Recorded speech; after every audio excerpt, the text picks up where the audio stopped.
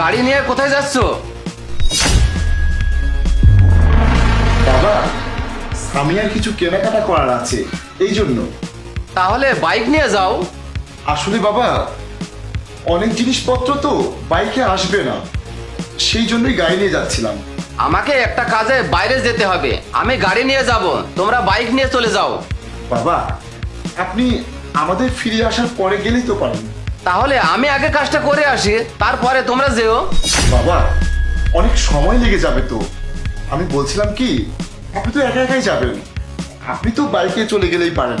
ও আচ্ছা, তুমি এখন এতটাই বড় হয়ে গেছো যে আমাকে এখন শিখাচ্ছ যে আমি কি নিয়ে যাব আর কি নিয়ে যাব না? না বাবা। বিয়ের এখনো 4 দিন হয়নি আর এখনই আমার মুখে মুখে তর্ক করছো? কি শিখিয়ে দিয়েছে তোমার বউ তোমাকে? না বাবা, তেমন কিছুই না। আমি এজন্যই বলছিলাম যে যদি দুইটা কাজ একসঙ্গেই হয়ে যায় তাহলে তো ভালোই হয়।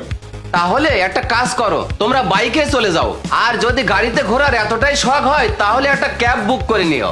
এখনো বিয়ের 4 দিন হয়নি আর এখনই মুখের জবান ফুটে গেছে, আমাকে শিখাতে আসছে কি করব আর কি করব না। এখনো তুমি অত বড় হওনি, বিয়ের আগে যেমন ছিলে এখনো ঠিক তেমনটাই আছো। ঠিক আছে বাবা। দাঁড়াও জাহিদ, চাবিটা নাও, আমরা গাড়িতে যাব। সামিয়া, শুনলে না বাবা কি বললো? বাবা বাইরে যাবে, বাবার কাজ আছে, গাড়ি বাবা নিয়ে যাবে। বৌমা, একটু বেশি হয়ে গেল না? কেন? এই গাড়িটা আমার বাবা আমাদের বিয়েতে যৌতুক দিয়েছে।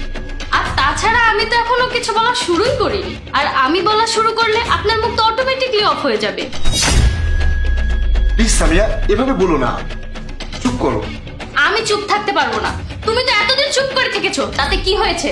শোনো জাহিদ, আমার জিনিস যদি ব্যবহার করার জন্য অন্য কারো পারমিশন নিতে হয়, আই এম সো সরি, আমি এটা পারবো না। এই গাড়িটা আমার বাবা আমাকে ব্যবহার করার জন্য দিয়েছে। আমার যখন ইচ্ছা যেভাবে ইচ্ছা আমি ব্যবহার করব। ও আচ্ছা, ঠিক আছে, গাড়ি তোমার তাই তো? নাও চাবি নাও, নিয়ে যাও তোমার গাড়ি। কিন্তু ছেলে তো আমার। যাই, যা ভেতরে যা।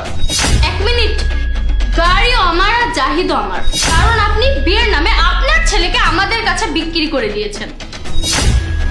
আপনি আপনার ইচ্ছা মতো দাম চেয়েছিলেন, আমরা সেই দামে কিনে নিয়েছি।